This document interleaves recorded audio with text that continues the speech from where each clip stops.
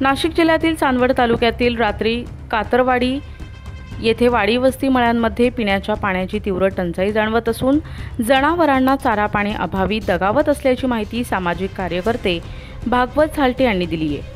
सध्या उन्हाची तीव्रता वाढली असून नागरिकांना पिण्याच्या पाण्याची टंचाई तीव्र स्वरूपात भोगावी लागत असून जनावरे चारा पाण्याअभावी दगावत आहेत। त्यामुळे शासनानं वाड्या वस्त्या मळ्यांमधील पाण्याचे टँकर चालू करावेत अशी मागणी कातरवाडी रापली डोंगराळ परिसरातील सर्वसामान्य नागरिकांची होत आहे।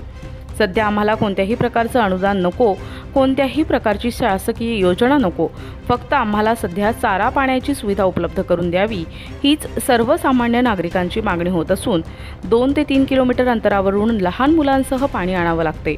त्यामुळे परिसरातील नागरिक त्रस्त आहेत अशी माहिती सामाजिक कार्यकर्ते भागवत झालटे कातरवाडी तालुका चांदवड यांनी समाज माध्यमांना दिली आहे। त्यामुळे चांदवड तालुक्याचे तहसीलदार मंदार कुलकर्णी यांनी प्रत्यक्ष पाहणी करावी आणि जनावरांना चारा पाणी आणि टँकरची सुविधा वाडी वस्तीवरती उपलब्ध करून द्यावी अशी मागणी परिसरातील नागरिकांनी आणि सामाजिक कार्यकर्ते चांदवड तालुका भागवत झालटे यांनी केली आहे। प्रतिनिधी मुक्ताराम बागुल। तुम्ही पाणी कुठून आणू राहिले?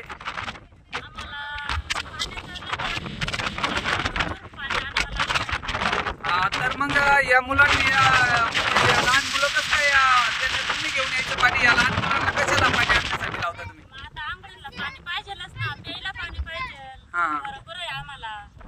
बरोबर, तुम्ही कशाला पाणी आणता एवढं लांबून? आंघोळीला पाणी नाही आहे। मग आंघोळ किती दिवसापून केली तू? किती दिवस झाले तुला आंघोळ करून? 2 दिवस झाले असं। आता तुम्हाला किती लांबून पाणी आणताय तुम्ही? 1 किलो 2 किलोमीटर। आमची काय जास्त अपेक्षा नाही, आम्हाला फक्त पिण्यासाठी पाणी पाहिजे, जनावरांसाठी पाणी पाहिजे। शासनाने आमची एवढी मदत करावी।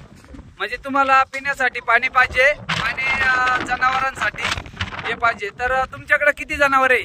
काही जनावर मेले पाण्या वाचून, चाऱ्या वाचून, काही पण आता हाय 3-4 तर त्यांना तर पाहिजे की नाही, काही त्यांच्यासाठी पाहिजे आम्हाला। ताई, तुमची काय अपेक्षा आहे? म्हणजे काय काय पाहिजे तुम्हाला अजून?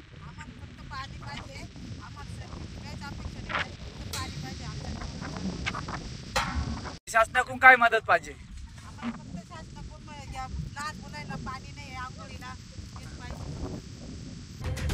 महाराष्ट्र समाचार, नांदगाव।